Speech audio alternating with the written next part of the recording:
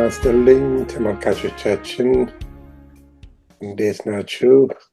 እንዴት ዋላችሁ? እንዴት አደራችሁ ልበል። እንግዲህ በተለያየ ሰዓት ሁላችሁም ይህንን ፕሮግራም የምትከታተሉ ስለእናንተ እግዚአብሔር ሁል ጊዜ እናመሰግናለን።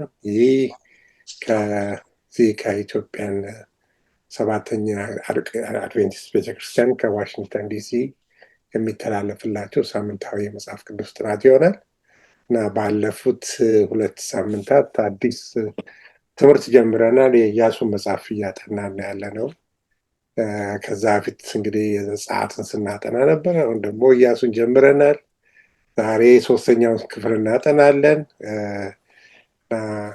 እንግዲህ ካለፈው ሳምንት ካጠና ነው ትንሽ ለመነሳት ያህል ያለፈው ሳምንት የጸጋ ጉብኝት በሚል ርዕስ አጥንተናል እና በተለይ ኢያሱ ስለላካቸው 2 ሰላዮቹን ስለተቀበለቻቸው ስለ ገለሜታይቱ ረዓብ አጥንተን ነበር። ሌላው ደግሞ ስለ ገባዖን ሰዎች ተንኮል በሚመለከት አጥንተን ነበር። ኢያሱ ምዕራፍ 9ን ትንሽ ዳሰስ አድርገን ነበር። ኢያሱ ምዕራፍ 2 እና ኢያሱ ምዕራፍ 9ን ነበር ያየነው። እንግዲህ ዛሬ ደግሞ 3ኛውን ትምህርት የምንማርበት ጊዜ ይሆናል። ጸጋ ማስታወሻ በሚል በአዲስ ርዕስ ስር ነው የምናጠናው። ኢያሱ ምዕራፍ 3 እና ኢያሱ ምዕራፍ 4 አብረን እናጠናለን ማለት ነው እና እነዚህን 2 ክፍሎች እኛ የምናጠናበት የራሳችን መጽሐፍ አለ። እንግዲህ እናንተ ባይኖራቸው ከኢያሱ ምዕራፍ 3 እና ከኢያሱ ምዕራፍ 4 አብራችሁን እየተከታተላችሁ እንድታጠኑ እናድማችኋለን። እንግዲህ ዛሬም 2 የቤተ ክርስቲያን በጣም ወዳቸው ወንድምና እህት አሉኝ እና እነሱን አቀርብላችኋለሁ። እንግዲህ በኦፊሻል ስማቸው ነው የምጠራቸው። የመጀመሪያው ወንድማችን ዶክተር ተስፋዬ ታደሰ ይሆናል። እሱንም ብዙ ጊዜ አይታችሁታል፣ አዲስ አይደለም። እህታችንም ትዕግስት በላቸው፣ እሷም እንደዚሁ ደግሞ አዲስ አይደለችም እና እነዚህ በቤተክርስቲያናችን የሚያገለግሉ ሰዎች ናቸው። እግዚአብሔርን በጣም የሚወዱ ለእነሱ እግዚአብሔርን እጅግ አድርጌ አመሰግናለሁኝ። እንግዲህ ፕሮግራማችንን ከመጀመራችን በፊት የእግዚአብሔር መንፈስ ከኛ ጋር ሆኖ ይህንን ፕሮግራም እንዲመራን በጸሎት እንጀምራለን። እህታችን ትጂ በጸሎት ትመራናለች። ትጂ ጸልይልን። እንጸልይ። አባታችን ሆይ በላይ በአርያም ከፍ ባለ ዙፋን ላይ ያለ የምትወደን የይስሐቅ ጌታ ሆይ ለምን እንደተሰበሰብን የምታውቅ ቅዱስ አባታችን በማዕከላችን በተለያየ ቦታ ብንሆንም አንተ አብረን እንድትሆን አንተ እንድታስተምረን ከቃል ጌታ ሆይ በኢያሱ የተጻፈውን ምዕራፍ 3 እና 4 የተጻፈውን ስንወያይ ጌታ ሆይ ከጥንት የነበረውን ሀሳብህን ስንወያይ አንተ እንድታስተምረን በመንፈስ ቅዱስ እንድትመራን እንለምናለን። ነው በመስመርም ሆኖ የሚያዩን ሁሉ ጌታ ይህንን ቪዲዮ የሚያዩ ሁሉ የተባረኩ እንዲሆኑ ቅዱስ አባት ሆይ መለወጥ እንዲሆንላቸው መሻገር እንዲሆንላቸው እንለምናለን። ጊዜውን አንተ ተቆጣጠር፣ በኢየሱስ ስም አሜን። አሜን አሜን። እግዚአብሔር የተመሰገነ ይሁንና እንግዲህ ሁልጊዜ መሪ ጥቅስ አለን እና የመሪ ጥቅሱን መታሰቢያ ጥቅሱን ላነብላችሁ ፈልጋለሁ። ኢያሱ ምዕራፍ 4 ከቁጥር 23 እስከ 24 ነው ያለው። እንደዚህ ይላል እና እስክንሻገር ድረስ አምላካችሁ የኤርትራን ባህር ወይም የቀይን ባህር ከፊታችን እንዳደረቀ እንዲሁ እስክትሻገሩ ድረስ አምላካችሁ እግዚአብሔር የዮርዳኖስን ውሃ ከፊታችሁ አደረቀ። ይኸው ሚልና የእግዚአብሔር እጅ ጠንካራ እንደሆነች የምድር አሕዛቦች ሁሉ እንዲያውቁ ይልና፣ ሁለተኛው ደግሞ አምላካችሁንም እግዚአብሔር ለዘላለሙ እንድትፈሩ ነው ይላል እና እግዚአብሔር የቀይ ባህርን የዮርዳኖስን ባህር እንዴት አድርጎ እንዳሻገረና የእስራኤል ልጆችን እንደመራ የሚነገር መሪ ጥቅስ ነውና በነዚህ ዛሬ በምናጠናው ሀሳብ ውስጥ እንግዲህ የዮርዳኖስን ውሃ ለመሻገር ያለውን ክፍል ነው እንግዲህ የምንዳስሰው። እዚህ የምናጠናው መጽሐፍ ላይ እንደዚህ የሚል ሀሳብ አለ። ብዙ ጊዜ እኛ ሰዎች ስለሆንን ብዙ ነገር እንረሳለን እና አሁን የተዘረዘሩ ዝርዝሮቹን ስመለከተው ያንዳንዱ ነገር ላይ ስለኔ የሚናገር ነው የመሰለኝ። እና ምን ይላል? ከምረሳቸው ነገሮች ውስጥ አንደኛው ይላል ያላነሳናቸው የስልክ ጥሪዎች ይላል። ለኢሜሎች ደግሞ ምላሽ መስጠት፣ አበቦችን ውሃ ማጠጣት። በዚህ በጣም ባለቤቴ ብዙ ጊዜ አበባ በጣም ትወዳለች እና ቤት ብዙ አበባ አለ። ኧረ ዮኒ በቃ ውሃ ጠጣልኝ ትለኛለች። እንደረሳው ነው እና መጨረሻው ደግሞ የመልካም ልደት ምኞትን መላክ ይላል። ይሄ እንኳን የለሁበትም እኔ ብዙ የፌስቡክ ተከታዮች አሉኝ እና መጀመሪያ አካባቢ መልካም ልደት እያልኩ በጣም ስለበዛብኝ እንግዲህ በይታሰብ አልፌዋለሁ። እሱ አመለከተኝም ብዬ ልለፈው እንግዲህ ይሁን እንጂ ይላል። ይሄ እንግዲህ በየቀኑ እነዚህ ነገሮች ቀላል ነገሮች ሊሆኑ ይችላሉ፣ ግን መንፈሳዊ ፍላጎታችንን መርሳት ግን ወይም ደግሞ መንፈሳዊ የሆነ ነገር መርሳት ግን እጣት ከመቀበል የበለጠ ከባድ መዘዝ ሊያስከትልብን ይችላል ይላል። ያንን በፍጹም ልንረሳ አይገባም። ለምን ይላል? ምክንያቱም ይላል የዘላለም እጣ ፈንታችን በዛ ስለሚወሰን ነው ይላል። እና የሚገርም ሀሳብ ነው እንግዲህ ሰንበት ትምህርታችን ላይ ያስቀመጡት እና እውነት ነው። መንፈሳዊ የሆነውን ነገር እንዳረሳ እግዚአብሔር እያንዳንዳችን ይጠብቀን። ስለ ሰንበት እንኳን ሲናገር ሰንበትን ቀን ትቀድሰው ዘንድ አስብ የሚል ቃል እግዚአብሔር ተናግሯል። በየሳምንቱ ከሱ ጋር የተለየ ጊዜ ቆም ብለን እንድናሳልፍ እና እሱን ከሱ ጋር ያለንን ግንኙነት እንዳንጠናክር እግዚአብሔር ለሰው ልጆች ከሰጠው አንደኛው ትልቁ ስጦታ እንግዲህ ሰንበት ነው። ያ በሰንበት ብዙ ጊዜ እንገናኛለን። ይህንንም ጥናት በሳምንት ውስጥ የተማርነውን መልሰን እንደገና የምንማርበት የምንከልስበትም ጊዜ አለን። 1 ሰዓት ተኩል ገደማ ወስደን እናደርግ ነው የምናደርገው። በዛ ፕሮግራም ላይ በጣም እጅግ አድርገን ነው የምንማረከው። እንግዲህ ዛሬ ደግሞ 3ኛውን ክፍል እንግዲህ እናጠናለን። ቀጥታ ወደ ጥናቱ እንገባለን እና የመጀመሪያውን እንግዲህ ጥያቄ ወደ ተስፊሽ ወደ አንተ ነው የማመጣው። ዮርዳኖስን መሻገር የሚል ክፍል ነው ያለው እና እንግዲህ ይሄ ክፍል የተወሰደው ከኢያሱ ምዕራፍ 3 ከቁጥር 1 እስከ 5 ነው እና የእስራኤል ልጆች እንግዲህ ታሪክ እያጠናን ነው። እንግዲህ ስለ ታቦቱም እያጠናን ያለ ነው እና የእስራኤል ልጆች ታቦቱን ይዘው ዮርዳኖስን ለመሻገር የተደረገው ቅድመ ዝግጅት ምን ይመስል ነበር? እንዳየው ምን አይነት ትዕዛዝ ነበረ ለሕዝቡ የተላለፈው? በታቦቱ መካከል ውስጥ ያለው ርቀት እና እዚህ ላይ በስፍር 2000 ክንድ ያህል የሆነ ይለናል ሳይ ነበረ። ኪዩቢትስ የሚለውን እንግሊዝኛውን ወስጄ ሰርች ሳደርግ ወደ 1.2 ኪሎ ሜትር ገደማ ርዝመት ነበር። በጣም ሩቅ ነው። ከሩቁ ነው በቃ እግዚአብሔርን ታቦት ሲከተሉ የነበረው እና ይሄ ለምንድን ነው የሆነው ብለህ ታስባለህ? እንደገና እግዚአብሔር የሚናገራቸው ነገር አለ። ነገ በመካከላችሁ ድንቅ ነገር አደርጋለሁ እና ኢያሱ ያስተላለፋቸው ትእዛዝ ምንድን ነው? ተቀደሱ ይላቸዋል። እና ምን ማለት ነው ተቀደሱ? ለምንስ ያስፈልጋል? ከዚህስ ምን እንማራለን? እና እነዚህ ብዙ ጥያቄዎች ሊኖሩ ይችላሉ፣ ግን በዛ ክፍል ውስጥ ብዙ የተጠቃለሉ ነገሮች ስለሆኑ አንተም ስለተማርክባቸው በዚህ ነገር ላይ ሀሳብህን እንድትሰጥ ጊዜ መልካም አመሰግናለሁኝ። እንግዲህ የእሁዱን ክፍል ስንመለከት የዮርዳኖስን መሻገር ከመሻገራቸው ግን አስቀድመው ማድረግ የሚገባቸው ቅድመ ሁኔታዎች ነበሩ። ዝም ብለው ተነስተው አልተሻገሩም።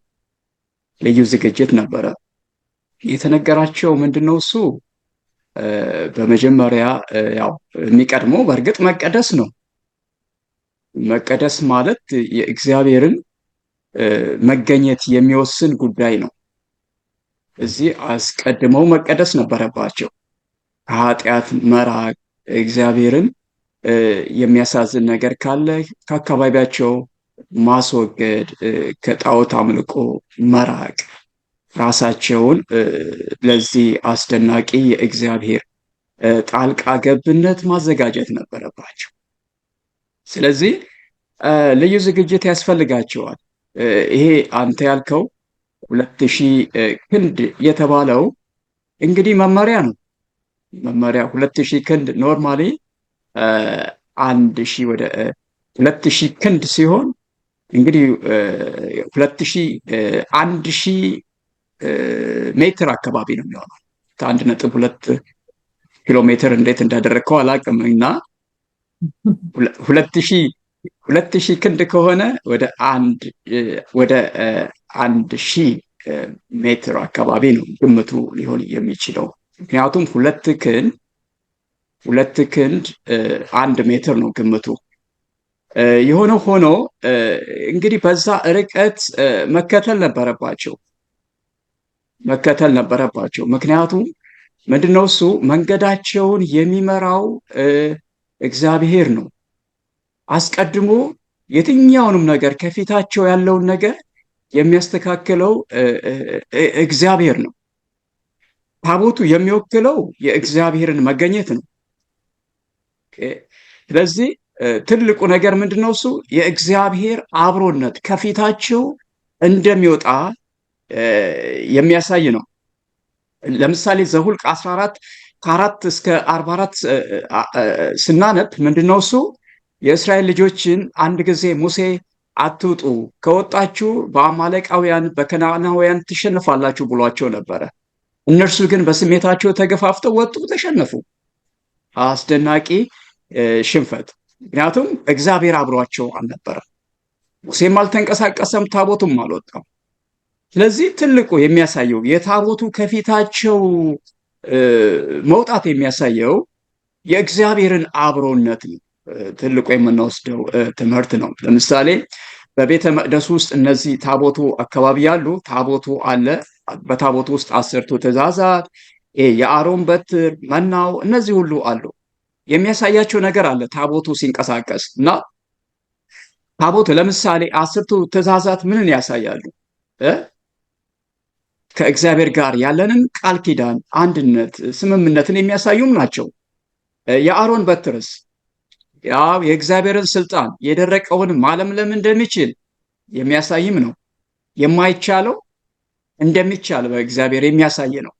የአሮን በትር የደረቀችውን በትር ነው እግዚአብሔር ያለመለመው። ሌላውስ መና ስለሚያስፈልጋቸው ነገር ሁሉ እግዚአብሔር ኃላፊነትን እንደሚወስድ የሚያሳይ ነው። ስለዚህ እነዚህ ነገሮች 3ቱ ነገሮች በዛ በታቦቱ ላይ ነበሩ። ስለዚህ የእግዚአብሔር ከእነርሱ ጋር መገኘት ልዩነትን ያመጣ ነበረ። እግዚአብሔር ከፊታቸው ካልወጣ ምድሪቱን መውረስ አይችሉም። ግን ከፊታቸው ከወጣ በእርግጠኝነት ምድሪቱን እንደሚወርሱ አመላካችም ነበረ። ስለዚህ ይሄ እንግዲህ ከየትኛውም ጦርነት አስቀድመው ግን ማድረግ የነበረባቸው ለእግዚአብሔር ያላቸውን ታማኝነት መግለጥ ነበረባቸው። ዮርዳኖስን በደረቅ ምድር ማሻገሩ እግዚአብሔር ምንን ያሳያል? በእርግጠኝነት ጠላቶቻቸውን እንደሚረታ ማረጋገጫ ነው። ይህ ከተፈጥሮ ሕግ ውጪ ነው።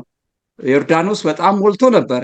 ያ ሲወርድ የነበረው ውሃ ሲቆም የሚያሳየው ምንድን ነው?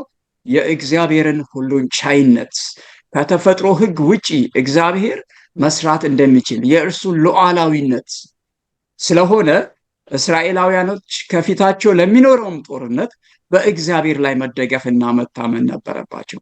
የሚገርመው ዮርዳኖስን ሲሻገሩ በደረቅ መሬት ነው የሚለው። በእርጥብ መሬት እንግዲህ ውሃ የፈሰሰበት መሬት እርጥብ ነው፣ ሌሎች ጭቃ ሊሆን ይችላል። ግን ቃሉ ሲናገር በደረቅ መሬት ላይ ተሻገሩ ነው የሚለው።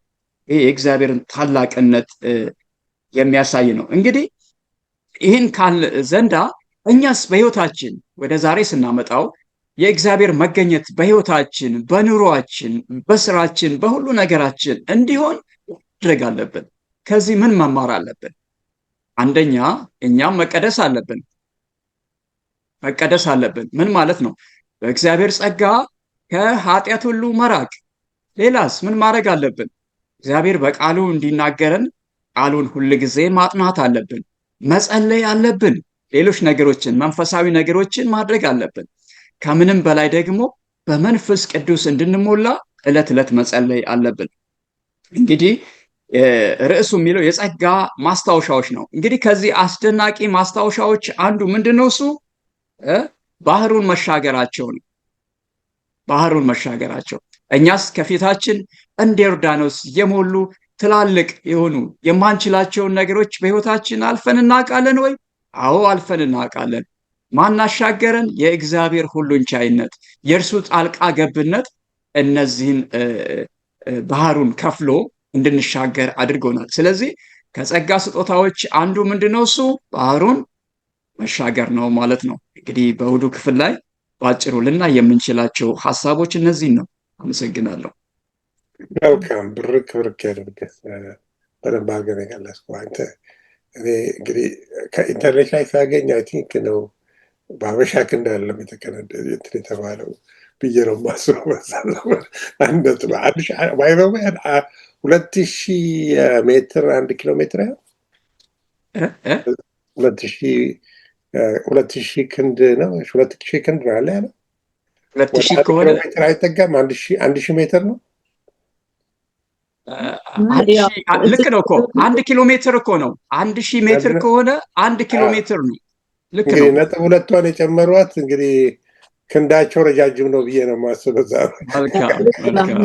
ኤስቲሜት ስለሆነ አሁን ብዙም ችግር የለውም። ቻትጂፒቲ ነው እንትን አድርጋት ነው እሷ ነች የሰጠችኝ። ስለዚህ እግዚአብሔር የተመሰገነ ይሁን። ወደ ሰኞ ክፍል ስንሄድ ደግሞ እንግዲህ ተአምረኛው የአምላክ ይላል። እንግዲህ ለዮርዳኖስን ለመሻገር ዝግጅት ነበር።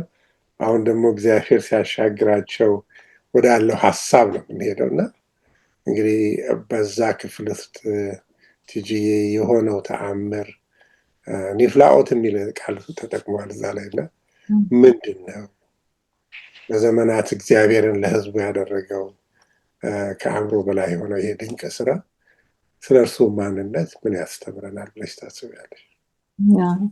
እውነት ነው። ቅድም ክፍል ላይ ዶክተር በደንብ አድርጎ ገልጽታል። ይሄ ተአምር ነው አይደል? በተለይ ደረቅ መሬት መሆኑ እኔ ይገርመኛል። ሌላኛው የሚገርመኝ ልክ ውሃው ቆሞ ይላል ከሩቅ ያዩት ነበረ። በማናት አዳም የምትባል ከተማ ላይ ከሩቅ ሆኖ ቀጥ ብሎ ያዩት ነበር ይላል እና ውሃ እንዴት ነው የሚቆመው? በጣም ነው የሚገርመው።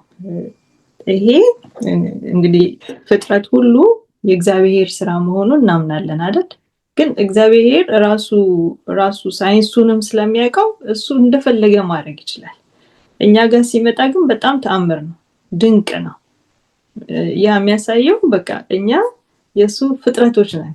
እሱ ነው የሚያበጃጀን የሚሰራን ማለት ነው። እና እዚህ ሰንበት ትምህርቱ ላይ ኒፍላኦት ብሎ የሚያስቀምጠው የዕብራይስጥ ቃል አለ። ትርጉሙ ተአምራት፣ ድንቅ ማለት ነው የሚለው።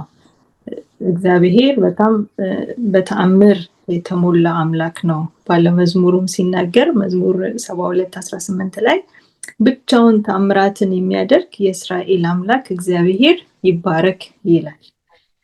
86:10 ላይም እንደዚሁ አቤቱ ድንቅ የምታደርግ አንተ ታላቅ ነህና አንተም ብቻህን ታላቅ አምላክ ነህና ይላል። እግዚአብሔር እነዚህ በጣም ክሪቲካል የሆኑ ቦታዎች ነበሩት ተአምር የሚያደርግበት። ይህንን ተአምር ሲያደርግ ቅድም እንደተባለው አንደኛው ማረጋገጫ ነው፣ እዛ እንደሚሄዱ ጠላቶቻቸውን እንደሚያሸንፉ ማረጋገጫ ነው። ሁለተኛ ደግሞ መተካካት ነበር አይደል? በኢያሱና በሙሴ መካከል ያንን መተካካት ማክበር ነበረባቸው። ኢያሱን ልክ እንደ ሙሴ እንደሚወዱት እንደሚከተሉት እሱንም ያንተንም ኃይል ምን አደርጋለሁ ይላል፣ ከፍ ከፍ ሳረግህ አሳያቸዋለሁ ሲል እናያለን። እና ለሱ ማረጋገጫ ነው። እና መጨረሻ ላይ ሆኖ እስከ መጨረሻ እስከሚሞት ድረስ አከበሩት ይላል፣ ወደዱት። ልክ ሙሴን እንደሚወዱት እሱንም ይከተሉት ነበር ማለት ነው። እና የእግዚአብሔር ተአምር እስራኤላውያን ከግብፅ ጀምረው ሲወጡ ጀምሮ የነበረው የመቅሰፍቶቹን ስናይ፣ የቀይ ባህር ከዚህ በፊት መከፈልን ስናይ፣ ከዛ በኋላ ደግሞ ከተሻገሩም በኋላ ደግሞ በምድረ በዳ ደግሞ እንደዚሁ ምሪቱ በራሱ መና ምግብ ማውረዱ በራሱ እነዚህ ትንንሽ ምግቦች መና የምንላቸው ፈጭተው እንደ ዳቦም እንደምንም አድርገው የሚሰሯቸው ምግቦች ዴይሊ ፕሮቪዥን ናቸው። ከሰኞ እስከ አርብ ድረስ ይወርዳሉ። ቅዳሜ ብቻ አይወርዱም። አርብ ላይ እጥፍ ሆነው ይወርዳሉ። ያንን ይሄ የሱ ስጦታ ነው። ተአምር እኮ ነው። አሁን በህይወታችን እንደዚህ አይነት ለኛ ይሆንልናል ስታስቡት ማለት ነው። እያንዳንዱ እኛ ስለራሳችን ሳናስብ እሱ ለኛ ጣልቃ ገብቶ ያስብልናል። እኛ አንዳንዴ አልፈን ልንጎዳ የምንችለውን ነገር ሁሉ ጣልቃ ይገባልናል እና ይሄ ሁሉ ድንቅ ነው፣ ተአምር ነው።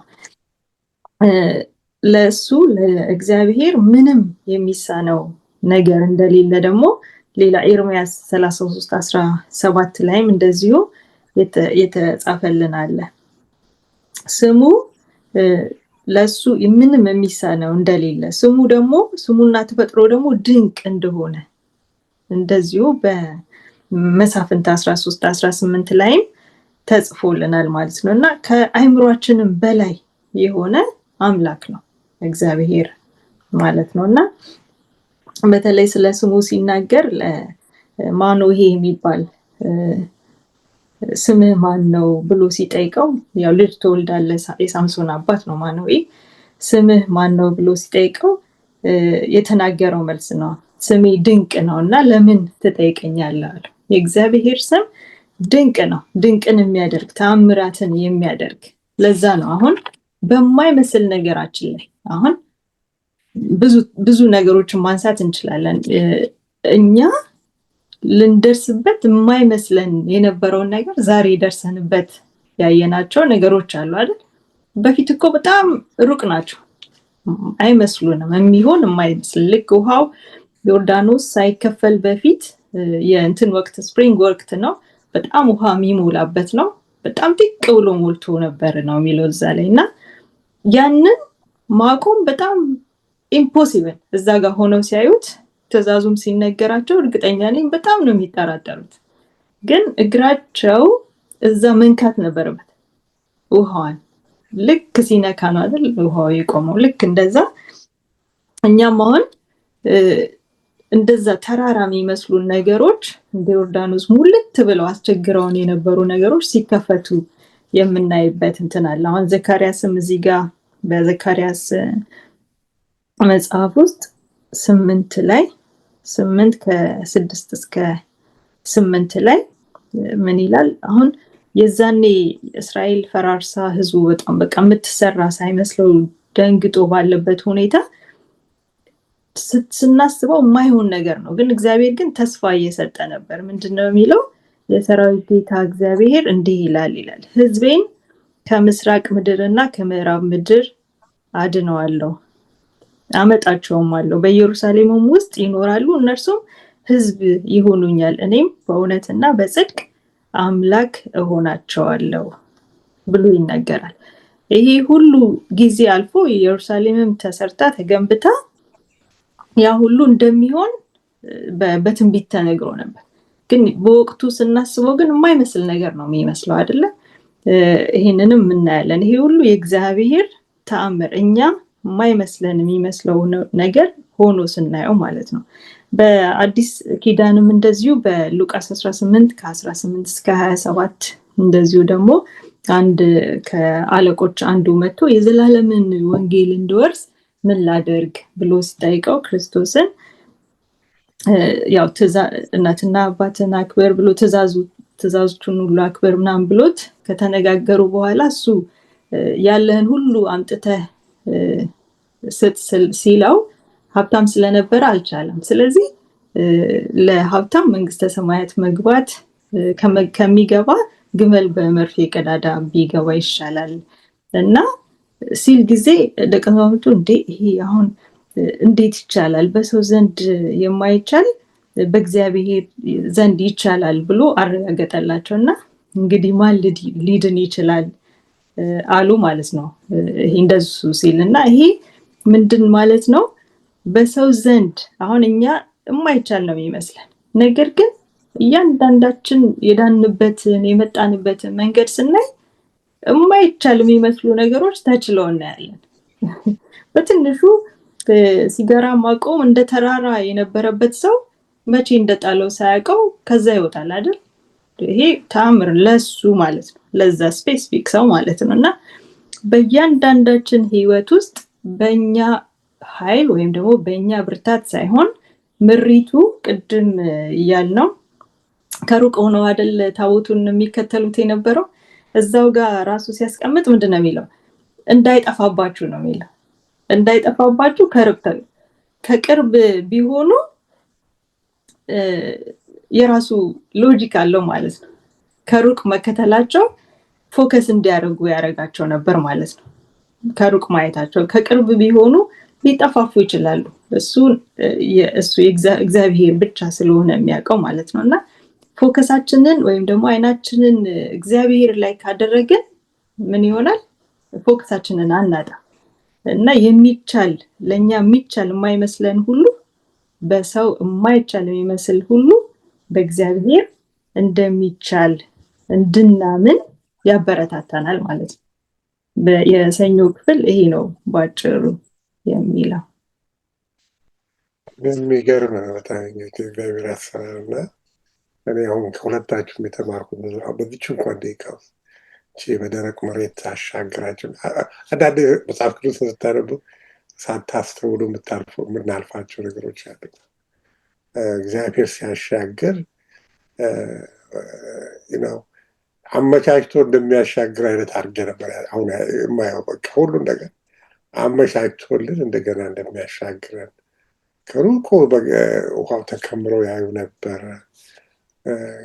ያንን ውሃ በዛ ላይም ደግሞ ውሃው በሞላበት ጊዜ ጠብቆ ነው ያሻገራቸው እና የራሱ ታይሚንግ ነበረው። አንዳንድ ጊዜ እኮ ይቆያሉ፣ ግን ኢቭን እዛ ዮርዳኖስ ጋር ከደረሱ በኋላ 3 ቀን አቆይቷቸዋል። ግን የገረመኝ ቀይ ባህርን ሲያሻግራቸው በዱላ እንደዚህ መተህ አሻግር ያለው፣ አሁን ግን ታቦቱን የተሸከሙ ሰዎች እግራቸውን ማስገባት ነበረባቸው እና አይ ቲንክ የእድገታችን ሁኔታ የሚያመላክት መስሎ ይሰማኛል። እና እዛ ላይም ሀሳብ ካላችሁ ልሰጥበት ትችላላችሁ። ግን ተስፍሽ ወደ አንተ ልምጣና የሮብለታውን ክፍል ስንመለከት ወደ ማክሰኞ ስንሄድ ማለት የማክሰኞውን ስንመለከት ኢያሱ ምዕራፍ 4 ላይ ነው እንግዲህ የምንገባው እዛ ላይ እና እግዚአብሔር እስራኤላውያኖችን ወንዙን ከተሻገሩ በኋላ አሁን ደግሞ መታሰቢያ ያቁሙ ይላቸዋል። እና አንደኛ ለምንድን ነው የጠየቃቸው? ያን መታሰቢያ እንዲያደርጉ እና ለማስታወሻ ነው የሚለው እና ማስታወስ ብቻውን ምን ጥቅም እና ለውጥ በህይወታችን ውስጥ ሊያመጣ ይችላል የሚለውንም ሀሳብ በዛ ውስጥ ጨምረን ሀሳብ ብሰጥበት ጊዜውን ላንተ እሰጥሃለሁ። አመሰግናለሁ። እኔ የሚገርመው ከዛ በሰኞ ክፍል ላይ ይሄ ተአምረኛው ያው አምላክ ነው። ተአምረኛው እግዚአብሔርን ከሌሎች አምላክ የሚለየው አንደኛ ሕያው አምላክ ነው። ሌላው በፍጥረቱ ላይ ያልተገደበ ስልጣን ያለው ሉዓላዊ አምላክ መሆኑን የሚያሳይ ነው። ይሄን እንግዲህ ከግብፅ ጀምሮ ስንመለከት በግብፅ የሆነው ምንድን ነው? በግብፅ የሆነው ምን አደረገ? በዛ የነበሩትን ምን አደረጋቸው? በመቅሰፍት መጥቶ ምን አደረገ? ህዝቡን ነፃ አወጣ። ያልከው ቀይ ባህርን ከፈለ። በምድረ በዳ ምን አደረጋቸው? መራቸው። የሚያስፈልጋቸውን የሆነ ምንም በማይገኝበት ቦታ ላይ የእስራኤል ልጆች እግዚአብሔርን ብቻ ተስፋ እንዲያደርጉ፣ ምንም በሌለበት እኮ ሜዳ ላይ ነው። የምግብ ሶርስ፣ የውሃ ሶርስ ምንም በሌለበት ቦታ ላይ፣ በደረቅ ቦታ ላይ እግዚአብሔርን መታመን ነበረባቸው። የሚገርም ይሄ የሚያሳየው እግዚአብሔር አምላክ የሆነ ነገር ለማድረግ በሁኔታዎች ላይ የሚገደብ አምላክ አይደለም። እርሱ ምን አይነት አምላክ ነው? ፍጹም ሉዓላዊ አምላክ ነው። ይህን ሳስብ ሁሌ ስለ እግዚአብሔር ታላቅነት እጅግ ይገርመናል። ኦኬ ሉዓላዊ የበላይ ነው። አሁን እንግዲህ በማክሰኞው ክፍል ላይም እነዚህ 12 ድንጋይ ወስደው ሲያስቀምጡ ምንድነው እግዚአብሔር ያደረገውን ተአምር ሰዎች እንዳይረሱት ለልጅ ልጆቻቸው ሁሉ እንዲተላለፍ ዛሬም እንኳን እኛ ስናነበው በውስጣችን የሚፈጥረው እምነት አለ። እንግዲህ ይሄ በሰው ደረጃ እግዚአብሔር ይህንን አደረገ ስንል ምን ማለታችን ነው? በእኛ ደረጃ ባህር ተከፍሎ እንደገና ላይ ደግሞ መቆሙ በደረቅ ሜዳ ላይ መሻገራቸው ተአምር ነው። እግዚአብሔር ግን ከዚህም በላይ ነው። ሉዓላዊነቱን ስናስብ ኃያልነቱን፣ የበላይነቱን የኛ አእምሮ ማሰብ ከሚችለው በላይ እግዚአብሔር ኃያል ነው። እግዚአብሔር ታላቅ። እነዚህ ወደ ምልክቶቹ ስንሄድ እንግዲህ ድንጋይ አቆሙ። ይሄም አንድ ምልክት ነው። እንግዲህ መጀመሪያ የሰንበት ትምህርቱ ዋናውን ቲም መጀመሪያ እንዳጠና ነው ምንድነው እሱ የእግዚአብሔር ምንድነው እሱ ታማኝነት ነው። የሰንበት ትምህርታችን ጠቅላላ 13ቱንም ስናጠና የእግዚአብሔር ምንድነው ታማኝነት፣ በሁኔታዎች ሁሉ የማይገደበው አምላክ የእርሱ ታማኝነትን የሚያሳይ ነው። ስለዚህ እግዚአብሔር ያደረገውን ለማስታወስ የድንጋይ ምልክት ማስቀመጥ ነበረባችሁ። በኖህ ዘመን ላይ ምን ነበረ? ምድሪቱ በውሃ ከጠፋች በኋላ አይ እግዚአብሔር ድጋሜ ምድሪቱን በውሃ አላጠፋም ሲል ምን አደረገ ይላል። ኮቬናንት ነው አይደል? ቃል ኪዳን በኖህና በእግዚአብሔር መካከል አንድ ቃል ኪዳን ነበር። ያ ምንድነው እሱ ቀስተ ደመና ነበረ ማለት ነው። ያ አንድ ምልክት ነው። ሌላኛውስ የእስራኤል ልጆች ከግብፅ ሲወጡ በመቃናቸው ላይ የተቀባው ደም፣ ያም አንድ ምልክት ነው። ደህንነትን እኮ የሚያሳይ ነው። ስለ ሰንበትም እዚህ ጋር ያስታውሳል። ሰንበት እኛ በቅዳሜ ስናርፍ ዝም ብለን አይደለም፣ በስጋ የምናርፍበት ጉዳይ ብቻ አይደለም። ጥልቅ መንፈሳዊ አስተምሮ አለው። ምን ማለታችን ነው? እግዚአብሔር አምላክ አንተ ፈጣሪ ነህ። ሰው ሁል ጊዜ ይረሳል። ስለዚህ የእግዚአብሔርን ፈጣሪነት እናስታውሳለን ስናርፍ። እግዚአብሔር አምላካችን አንተ ፈጣሪያችን ነህ፣ አምልኮ ይገባሃል ስናመልከው። ለምንድነው ሰዎች የትኛውንም ቀን ሰንበት አድርገው ቢወስዱስ? አይደለም። ኦኬ ከፍጥረት መጨረሻ ላይ እግዚአብሔር አረፈ። ምንድን ነው ትርጉሙ? እግዚአብሔር አምላክ አንተ ሉዓላዊ ነህ፣ የበላይ ነህ፣ አምላካችን ነህ ማለታችን ነው። ስለዚህ ምን ይገባሃል? ስግደት ይገባሃል ማለታችን። ስለዚህ በሰንበትም ስናርፍ አንድ ምልክት ስለሆነ ነው በእግዚአብሔርና በሕዝቡ መካከል። ሕዝቅኤል 20:20 ላይ እንደዛ ነው አይደለ? ሰንበቴን ሰጠኋቸው በእኔና በእናንተ መካከል ምን ይሆን ዘንድ? ምልክት ይሆን ዘንድ። ሰንበት በሕዝቡና በእግዚአብሔር መካከል ምንድነው እሱ? አንድ ምልክት ነው። እንግዲህ እኛ በሕይወታችን ያቆምነው የእግዚአብሔርን ታላቅነት የሚገልጽ ምን ማስታወሻ አለ? እግዚአብሔር በሕይወታችን ብዙ ታላላቅ ነገሮችን አድርጓል አይደል? ብዙ ነገሮችን ያቆምናቸው አቤኔዘሮች ምንድን ናቸው? ቆም ብለን ስናስብ ያሻገረንን አምላክ የእርሱ ሉዓላዊነት ተገልጦ በሁኔታዎች መካከል እግዚአብሔር እልፍ ሲያደርገን፣ ሞትን ስንል ሕይወት ሲሰጠን፣ እህታችን እንደገለጸችው ሁኔታዎች ልክ እንደ ዮርዳኖስ ወንዝ ከፊታችን ሲሞሉ እግዚአብሔር ደግሞ ጣልቃ ገብቶ ምን ሲያደርግን? ሲያሻግረን። እንደገና በሁኔታዎች ተከበን ከኋላችን የጠላት ሰራዊት ከፊታችን ቀይ ባህር ሆኖ መውጫ ስናጣ እግዚአብሔር በሉዓላዊነቱ ተገልጦ ሲያሻግረን ሕይወታችን ይሄን አይተናል። እንግዲህ የጸጋ ስጦታዎች ይላል የሰንበት ትምህርታችን። ከእግዚአብሔር የተቀበልናቸው ስጦታዎች በጣም ብዙ ናቸው። ደህንነትም እንደዚሁ እኮ ነው። እግዚአብሔር ዝም ብሎ አይደለም ነፃ ያወጣን፣ ከጠላት መንጋጋ ነፃ ሲያወጣን። ስለዚህ እኛ ዛሬ የምናቆማቸው እነዚህ መታሰቢያዎች ምንድን ናቸው? ምናልባት ምስጋና እናደርጋለን፣ እግዚአብሔር ይህን አደረገ ብለን። ስለዚህ እነዚህን ነገሮች ልናስባቸው እንችላለን። አስታውሱ በሚለው ላይ ማለት ነው። ያ ነው እንግዲህ ያለኝ። ተባረክ እና ብዙን ተመሳሳይ የሆኑ ሀሳቦች ማስታወስ እንዳለብን እንግዲህ ተነግሮልናል። ሐውልት ማቆም እና በምድራችንም የተለያዩ ነገሮች እናያለን። ሰዎች ነገር ለማስታወስ ኢቨን በመቃብር ላይ እናስቀምጣለን።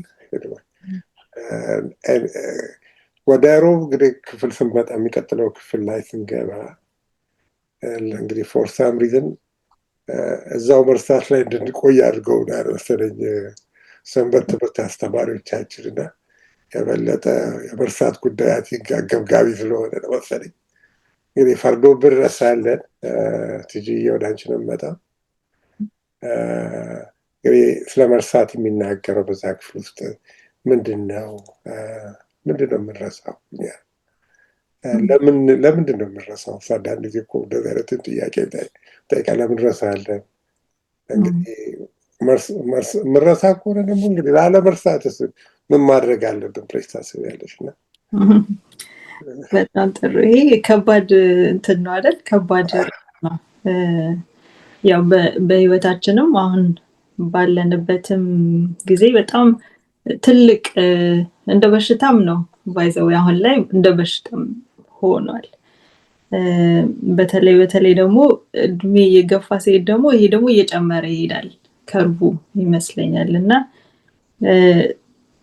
ለዛ ነው እግዚአብሔር ከእያንዳንዱ ነገድ 12 ድንጋዮች እንዲወጣ ያደረገው ከእነሱ ከቆሙባት ካህናቶቹ ከቆሙባት ቦታ ማለት ነው። እና እንደውም ኢያሱ መጨረሻ ላይ እነሱ ባወጡት ምትክ ደግሞ 12 ተክሏል እዛው ጋር ማለት ነው የወጣው ላይ። ስለዚህ እስከዛሬም እዛ አለ ይላል። እና ዮርዳኖስ መሀል ላይ ብንሄድ እነዛን ድንጋዮች እናገኛለን። ግን እነዛ ግን ይዘዋቸው የሄዱት 12ቱ የሁሉንም ነገድ ምልክቶች ናቸው። የእግዚአብሔር ኃያልነት ማረጋገጫዎች ናቸው። ሁሉም ነገድ ነው የሚለው እና የምድር ሁሉ ማለት ነው የሚቀር የለም። ይሄ ትንሽ ይሄ ጨዋ ድሃ ምናምን የምንለው የለም እና ሁሉም ሪፕሬዘንትድ የሆነ ለህዝቡ የሚሆን መቤዠትን የሚያሳይ ነው ተአምራቱ ማለት ነው። እና ያ ለልጅ ልጆች ነው ለልጅ ልጆች የሚተላለፍ እንዲሆን የእግዚአብሔር ተአምራት ሁሉን ባዩ ጊዜ እነዚህ ምንድናቸው ብለው ሲጠይቁ እናስረዳለን። እኛ ራሱ ቤታችን ፎቶዎች ምናምን እንለጣጥፋለን አይደል? የአያቶቻችንን ምናምንና ልጆቹ ሲያዩ ይገርማቸዋል። አንዳንዴ እንትናን ትመስላለች ትንሽ ከአያቴችን ወስጃለሁ ምናምን ይላሉ እና ደስ ይላቸዋል። እኛ ቤት ወደዚህ ስንመጣ በጣም የሚገርመው የሰርግ ፎቶአችንን ረስተን ነው የመጣ ነው የኔና የዳዲ ማለት ነው። እና እናንተ ግን አልተጋባችሁም እንዴ በሰርግ ምናምን ይሉናል። አረ እኛ በደንብ በሰርግ ነው የተጋባ ነው ምናምን እላቸዋለሁ። እና አሁን ፎቶን አስመጣሁት ማለት ነው ከዛ እና ሲያዩ በጣም ነው የገረማቸው ማለት ነው። በጣም በቃ ለጋብቻ ራሱ ሳትደርሱ ነው የተጋባችሁት ይሉን ነበር። እና እነዚህ እንግዲህ እንትኖች ናቸው ማለት ለልጅ ልጅ የሚተላለፍ ይሄ ጀስት ለምሳሌ ነገር ነው እንጂ ያመጣሁት ምንድናቸው ብለው ይጠይቃሉ። እያንዳንዱ የምናደርጋቸውን ነገሮች ማለት ነው። እና እነዚህም የእስራኤል ልጆች እንዳይረሱ እግዚአብሔር እያንዳንዱን ነገር አይታችሁ ከሆነ ካደረገ በኋላ እንዳይረሱ ምልክቱን እያስቀመጠ ይሄዳል። ያ እንዳይረሳ ነው አይምሯችን ውስጥ ቁጭ ብሎ ያንን ባየን ቁጥር እንድናስታውስ ማለት ነው። ካልሆነ በቃል ብቻ የሚደረግ ከሆነ ስለምንረሳ ኔቸራችን ስለሆነ ማለት ነው። ስናየው ግን ይቀመጣል አይምሯችን ውስጥ እና ውስጥ ይቀመጣል። እዚህ ላይ ስናይ አሁን ስለ መርሳት ሲናገር እንደሱ እዛው ሆኖ ነው የረሱት። በጣም የሚገርመው የነሱ መርሳት ደግሞ በጣም ከባድ ነው። እዚሁ ላይ በምሳሌ ወደ ጥቅሶቹ እየሄድን ስናይ መሳፍንት 8:34 ላይ የእስራኤል ልጆች በዙሪያቸው ከነበሩ ከጠላቶቻቸው ሁሉ እጅ ያዳናቸውን አምላካቸውን እግዚአብሔርን አላሰቡትም ይለናል። መዝሙር ዳዊት ደግሞ ባለ መዝሙሩ 78:11 ላይ መልካም ስራውንና ያሳያቸውን ተአምራት ረሱ። እንደዚሁ መሳፍንት 3:7 ላይ የእስራኤል ልጆች በእግዚአብሔር ፊት ክፉ የሆነውን ነገር አደረጉ፣ አምላካቸውንም እግዚአብሔርንም ረስተው በአሊምንና አስታሮትን አመለኩ ይላል። እና ይሄ በቃ የሰው ልጅ ባህሪ ነው። ከእግዚአብሔር ጋር በሚለይበት ጊዜ ምንም የሚያስታውስበት ከሱ ጋር የሚጣበቅበት ነገር ከሌለው አዝማሚያው ወደዛ ነው የሚሄደው ማለት ነው። ዘዳግም 8:2 ላይ እግዚአብሔር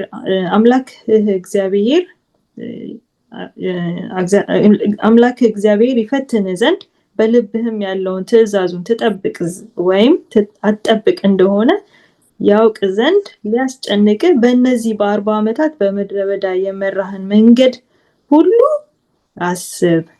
ስለዚህ ማሰብ ያስፈልጋል። ላለመርሳት ማሰብ መፍትሄው እሱ ነው። ቁጭ ብሎ ሜዲቴት ማድረግ ምንድን ነው? እንዴት ከየት ነው የመጣሁት? መጀመሪያ እኔ ከየት ነው የመጣሁት? እኔ ራሴ ማን ነኝ? ቁጭ ብሎ ማሰብ፣ ጊዜ ማግኘት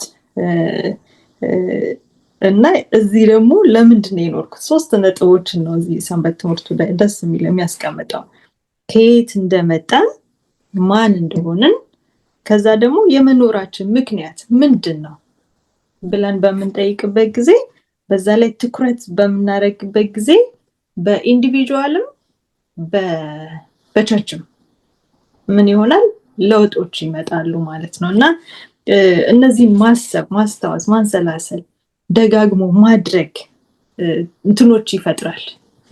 ትውስታ እና ኢቨንት ነው የምላቸው፣ ኢቨንት ይፈጥሩልናል። ለምሳሌ በአንደኛ ቆሮንቶስ 11:24-25 ላይ ስለ ጌታ እራት ይናገራል አይደለ? አሁን ያ የጌታ እራት በምናደርግበት ጊዜ ምን እያልን ነው? አሁን ላስት ዊክ ነው አይደለ ያደረግነው? እንደዛ እሱ የክርስቶስ መሞት ምሳሌ ነው። ምክንያቱም ይሄንን ለመታሰቢያ አድርጉት። እስከ መቼ? እሱ እስከሚመጣ የሚደረግ ምልክት ስለሆነ ማለት ነው። ያ አይምሮአችንን ምን ያደርገዋል? የሰው ልጅ አይምሮ እንዲነቃቃ ያደርገዋል። ምክንያቱም የሞተልንን የምናስብበት ስለሆነ። ሌላኛው ደግሞ መርሳት የሌለብን መንፈስ ቅዱስ ደግሞ ራሱ ያስተምረናል። ምክንያቱም ቁጭ ብለን በምናንሰላስልበት ጊዜ አይምሮአችንን ለሱ በምናስገዛ ጊዜ ምን ያደርገናል? መንፈስ ቅዱስ ስለኛ ምን ያደርጋል? ይቃትታል አይደል? ስንጸልይ እንኳን ምን ብለን እንደምንጸልይ አንዳንዴ አናውቅም፣ ግን እሱ ምንጸልየውን ይሰጠናል። ልክ እንደዛ ነው።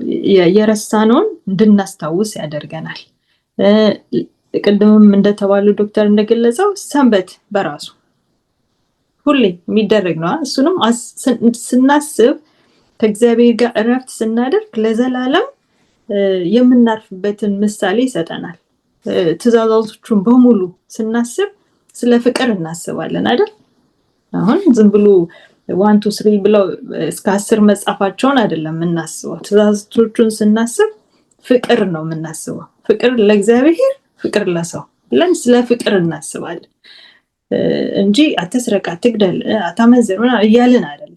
ፍቅር መሰረቱ ልክ ቤዙ ላይ ፍቅር እንዳለ ስናስብ ለጓደኞቻችን አንሰርቅም፣ አንዋሽም፣ እንደዚህ እና መሰረቱ ፍቅር ነው ማለት ነው። ፍቅርን እናስባለን። ሰዎችን ለመውደድ በምናደርገው እንትን ያን እናሳያለን ማለት ነው። ሌላኛው እዚህ ጋር ደስ የሚል ሰንበት ትምህርቱ ላይ የተቀመጠው እግዚአብሔር እስካሁን የመራንን መንገድ ማሰላሰል። እግዚአብሔር እንግዲህ ቅድም እንዳልኳችሁ የሚያሳልፈን መንገዶች አሉ። እያንዳንዱን እንዴት አድርገን ወጣ ነው እና ያሳለፍነው መንገድ ምን አለው? ሌሰን አለው፣ ትምህርት አለው። ምን አስተምሮናል? ውድቀት ሊሆን ይችላል፣ ባይዘዌ ውድቀት ሊሆን ይችላል። ከውድቀቱ ደግሞ የምንማረው ነገር አለ። ያንን ቁጭ አድርገን ስናስቀምጠው ስናሰላስለው እግዚአብሔር እንዲያድርገው መራኝ፣ ከዚህ ደግሞ ምሪቱ የተማርኩት ይሄንን ነው። ለሚቀጥለው መንገዴ ምን ይሰጠኛል? ብርታት፣ ኃይል ይሰጠኛል ማለት ነው። ለዛ ነው ኤለን ጂ ዋይት እዚህ ጋር ከኤለን ጂ ዋይት የተወሰደ ጽሑፍ እዚህ ጋር ያለው ጌታ ትላለች። ጌታ ትናንት እኛን የመራበትን መንገድና ትምህርቱን ካረሳን በስተቀር ለወደፊቱ ምንም የሚያስፈራን ነገር የለም ትላለች። የሄድንበት አቅጣጫ አለ፣ የሄድንበት ርዝመት መንገድ፣ ሁሉ ነገር ህይወታችን አለ። እንዴት ነው የመራን፣ ምን ተማረን የሚለውን ስናቅ ድፍረት ይኖረናል። ካለበለዚያ ግን ምን ይሆናል? እሱን ከረሳን ምንድነው ነው የምትለው? ለወደፊቱ እንፈራለን፣ እንጨነቃለን። አንዳንዴ ነገሮች ሳይሆኑም ራሱ እንጨነቃለን አይደል? እየፈጠርናቸውም እንጨነቃለን። ነገር ግን እግዚአብሔር አካሄዱን መንገዱን እንዴት እንደመራን ካወቅን ግን ለወደፊቱ ፍርሃት አይገባብንም የሚል ነው እና በዚህ መንገድ በየጊዜው ወደ ኢንዲቪጁዋል ደግሞ ስናመጣው በየዕለቱ ይሄ የየዕለት ተግባርም መሆን አለበት ማለት ነው። ሁሌ ቃሉን ማጥናት፣ መንፈስ ቅዱስ እንዲያስተምረን መጋበዝ፣ መጸለይ፣ በቃ መጸለይ፣ መስራት አይደል? እንጸልያለን፣ እንሰራለን፣ ይሆንልናል። እንደዛ እያልን አይደል የመጣ ነው። የሆነ ነገር አስቸጋሪ ነገር ፊታችን ይመጣል፣ እንጸልያለን፣ እግዚአብሔር ጣልቃ ይገባል። አንዳንዴ ደግሞ አይመልስም አይደል? አይሆንህም እያለ ነው። አይሆንህም አይሆንሽም እያለ ነው። ኦኬ እሺ፣ ኦኬ ትምህርቱ ምንድነው? ይሄ እግዚአብሔር ለኔ ህይወት አልፈቀደም አልሆነም ማለት ነው። that's the lesson። በቃ እሱን እያለን እየቀጠልን እንሄዳለን ማለት ነው እና የሮቡ ክፍል መርሳት የሚለው በተቻለ መጠን ይሄንን በማድረግ ነው ልንወጣው የምንችለው የሚል ሀሳብ ነው ያለው። ቴንኪ እንዳረሳ አድርገሽ ነው ሰፋ አድርገሽ የገለጽሽው እና በጣም ደስ ብሎኛል። ኦቦይን ታውቂያቸዋለሽ? ተስፍሽ እኮ ነው ያውቃቸው እና ኦቦይ እንግዲህ ወደ 99 ዓመታቸው አካባቢ ነው የሞቱት እና 100 ዓመታቸው እናከብራለን እያለ ግን ከዛቸው የተባርኩ ትልቁ ነገር ምንድነው? የእግዚአብሔርን ቃል ያላቸው እውቀት ሜሞራይዝ ያደረጉት ጥቅሶች እና ኤኒ ታይም ዛት ቁጥ እያጣጓቸው ባወሯቸው ቁጥር ለኤኒ ሰብጀክት ለምናገረው ነገር ጥቅስ ይሰጡኝ ነበር። ደግሞ የሚገሰጡኝ ጥቅስ እኔ ራሴ ኖርማሊ ፌሚሊያር ሆኜ የማነባቸዋለሁ ከትናንሽ ነቢያቶች ከምኖች የያዟቸዋለሁ። በቃ በጣም ነበር የሚገርመኝና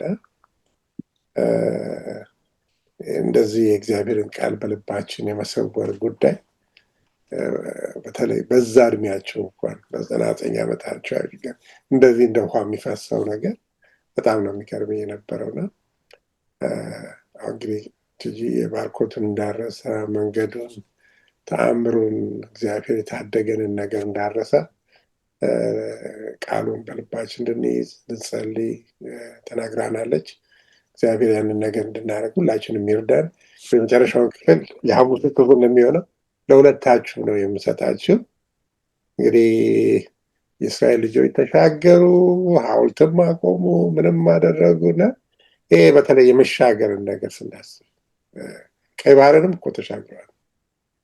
አሁን ደግሞ ዮርዳኖስን አሻግሮ ከነዓን አግብቷቸዋል እና ይሄ የመሻገር ህይወት ለእኛ ምንድን ነው የሚያስቀርልን መንፈሳዊ ትምህርት የሚለውን አጭር አድርጋችሁ ሁለታችን ሀሳብ እንደሰጡበት ተስፊሽ ከአንተ ጀምራለሁ። መልካም። እንግዲህ እንዳልነው የእግዚአብሔር ታማኝነት ህዝቡን ነፃ አወጣቸው። ያ እንግዲህ እኛ በመንፈሳዊ ህይወታችን ደህንነት እንደምንለው እንዴት አድርገው እግዚአብሔር አምላክ ከጠላት እጅ መንጋጋ ህዝቡን ነፃ አወጣ። ከዛ በዛ ሁሉ ምድረ በዳ መራቸው። ይሄ እንግዲህ የደህንነታቸው ክላይማክስ ወይም ደግሞ መጨረሻው ጫፍ እየደረሰ ማለት ነው። ኦልሞስት ደርሰዋል። በቃ አሁን መውረስ ነው እንግዲህ ተሻግረዋል። ተሻገሩ ማለት ምን ማለት ነው? እግዚአብሔር ምድሪቱንም እንደሚሰጣቸው እርግጠኞች ናቸው። የመጀመሪያው መሻገር አይተን ከሆነ ከምንድን ነው ነፃ ያደረጋቸው እግዚአብሔር? ከባርነት፣ ከውርደት፣ ከጭቆና ምን አደረጋቸው? ነፃ አውጥቶ ቀይ ባህርን አሻገራቸው። መጀመሪያው መሻገር እሱ። ከዛስ ይሄኛው ደግሞ ወደ እግዚአብሔር ወደ ገባው ቃል ምንድነው የምንለው? አሁን ለምሳሌ እኛ እግዚአብሔር ነፃ ወጣን። ከዛ አሁን የምንመላለሰው መንፈሳዊ ህይወት አለ። እግዚአብሔርን በመፍራት እግዚአብሔርን በማወቅ እናድጋለን። መጨረሻ ደህንነታችን ክላይማክስ የሚሆነው ሰማያዊ ከነዓን ስንገባ ነው። እኛ ታማኞች እስከሆነ ድረስ ታማኝ መሆን ማለት ምን ማለት ነው? እግዚአብሔር የሚለንን የምንሰማ ከሆነ ከእርሱ ጋር ለመራመድ ለመሄድ ፈቃደኞች ከሆን እግዚአብሔር እኛም ወደ ሰማያዊ ከነዓን ሊያደርሰን እግዚአብሔር ምንድነው እሱ ታማኝ እንደሆነም ያሳየናል። ይሄ እንግዲህ ወደዛ እግዚአብሔር እኛን እንዴት አድርጎ እንደሚያሻግረን ያሳያል። ስለዚህ ደህንነትና ይሄ መዳን ክብር በኢየሱስ ያገኘኑ ድነትም ከዚሁ ጋራ ተመሳሳይ እንደሆነ ከዚህ አንጻር እነዚህን ሐሳቦች ማየት እንችላለን። እና ትልቁ ነገር ምንድነው? እሱ እንግዲህ የእግዚአብሔርን ታማኝነት በዚህ ሁሉ ውስጥ መጀመሪያ የገባውን ቃል እንዴት አድርጎ እንደፈጸመላቸው እናያለን። እና ያንን ነው በዚህ በአጭር ሰዓት ማለት የምንችለው ካለን ሰዓት አንጻር። እሺ እኔ ዕብራውያንን አንብቤ ብዙን ተስፍሽ ስላለው ዕብራውያን ላይ ያለውን አንብቤ ብጨርስ ደስ ይለኛል። ዕብራውያን እንግዲህ 3 እና 4 ስለዚህ ነው አሁን ስለተማርናቸው ባጭሩ ነው የሚያስረዳውና ዕብራውያን 4:16 እንደዚህ ይላል። ዕብራውያን 4:16 እንግዲህ ምሕረትን እንድንቀበል በሚያስፈልገንም ጊዜ የሚረዳንን ጸጋ እንድናገኝ ወደ ጸጋው ዙፋን በእምነት እንቅረብ ይላል። ይሄ ነው በቃ መሰረቱ ማለት ነው። የምንኖረው በጸጋው ነው። እኛ በራሳችን አንዳችን ነገር ማድረግ አንችልም፣ ምንም ማለት ነው። ክርስቶስም እንኳን በምሳሌ ህይወቱን ስናየው በዚህ መንገድ ነው ያለፈው። እሱ ደግሞ የኛ ምሳሌያችን ነው አይደለ? በዚህ መንገድ ነው ያለፈው። ልክ በጥንቷ እስራኤል በሚመስል መልኩ ነው ከሞት አዋጅ በኋላ ከግብጽ ሲወጣ፣ ከዛም በኋላ 40 ዓመት እነሱ 40 ዓመት በምድረ በዳ እንደሆኑ እሱም 40 ቀናት በምድረ በዳ ሲኖር፣ ከዛ በኋላ በዮርዳኖስ ሲጠመቅ ወደ አገልግሎቱ ሲሄድ ማለት ነው። ይሄን ሁሉ የምናየው የሱ ታሪክ የኛ ታሪክ። በእያንዳንዱ በየዕለት ኑሯችን የምናደርገው ነገር ሁሉ የሱ ነጸብራቆች እንድንሆን እንደ መሪያችን ማለት ነው። ድሮ እነሱ በኢያሱ በሙሴ እየተመሩ ሄደዋል። አሁን ደግሞ እኛ በማን ነው የምንመራው? በክርስቶስ ነው የምንመራው። መንፈስ ቅዱስ ደግሞ ሁሌም ከኛ ጋር ሆኖ እኛን ለማስተማር ለማጽናት ሁሉ ጊዜ ከኛ ጋር ነውና ይሄን ነው የአጠቃላይ የዚህ የሐሙሱ ክፍል የሚናገረው። ሁለታችሁንም እግዚአብሔር በጣም ብርክ ያደርግልን። በነበረን ጊዜ እግዚአብሔርን እጅግ አድርጌ አመሰግናለሁ። በቤተክርስቲያናችን አዲስ ፓስተር አለን፣ ፓስተር ዳዊት ጉዲ ነው የሚባል እና ሁል ጊዜ እሱ እንደሚናገረው መናገር አልችልም፣ ግን እግዚአብሔር እንደሚያሻግረን እግዚአብሔር እንደሚረዳን እንደሚባርከን በጣም ደጋግሞ ይነግረናል። እና የእሱን ቃል እንግዲህ ተውሼ ነው ብላችሁ እግዚአብሔር ያሻግረናል፣ እግዚአብሔር ይመራናል፣ እግዚአብሔር ይባርከናል ከእሱ ጋር እስከሆነን ድረስ እና ያንን ሀሳብ እንድትይዙ እንፈልጋለን። እንግዲህ ዛሬ ከተማርነው ውስጥ እያየ ነው ይህንን ነው። እግዚአብሔር ከኛ ጋር ከሁላችንም ጋር ይሁን። እንግዲህ በጸሎት እንደጀመር በጸሎት እንጨርሳለን። መጨረሻውን ጸሎት እህታችን ትጂ ታደርግልናለች። እግዚአብሔር አምላክ ሆይ እናመሰግናለን። እንደ ተስፋ ቃልህ በእውነት 2ም 3ም በሆናችሁበት በዚያ ያገኛለሁ ያልክ በእውነት ተገኝተህ ስላስተማርከን ለዘላለም የሚሆነውን ቃልህን ስለቆረስክልን ጌታ ሆይ ስላጽናናህን በመንፈስ ቅዱስ መንፈስ ቅዱስን በላኩን ጊዜ ሁሉን ያስተምራችኋል እንዳልክ ስላስተማርከን እናመሰግናለን። ታማኝ ስለሆንክ በእውነት ስለምታሻግረን በእያንዳንዱ በኑሯችን በሚያጋጥመን ነገር ሁሉ ከፊት ሆነ ስለምትመራን በእውነት አንተ የህይወት ብርሃን ነህ። በእውነት ለመንገዳችን ሁሉ ብርሃን ይሆንክልን ነው። ከፊት ጌታ ሆይ ስለምታበራልን መራመድ ስለሚሆንልን ሁሉ እናመሰግናለን። ቅዱስ አባት ሆይ አንተ ስትመራን ደግሞ እኛ መከተል እንድንችል ነው ሁለንተናችንን ለፊት ቀድሰን እንድንሰጥ አንተ አግዘን። ቅዱስ አባት ሆይ እስራኤሎችን እንደመራህ እኛንም እስከ መጨረሻው አዲስቱ ኢየሩሳሌም እስክንገባ እንድታግዘን እንድትመራን እንለምናለን። እኛም ብቻ ደግሞ አንጠይቅም። ቤተሰቦቻችን ሁሉ የቸርች ሰዎቻችን ሁሉ ጌታ ሆይ ነው አንተ እንድታድናቸው አንተ እንድትመራቸው እንለምናለን። ቅዱስ አባት ሆይ ቀን ሁሉ ጌታ በመውጣት በመውረዳችን አንተ አብረን ሁን። ሁሉን እንደወደድክ እንደፈቀድክ አድርግ። በኢየሱስ ስም አሜን።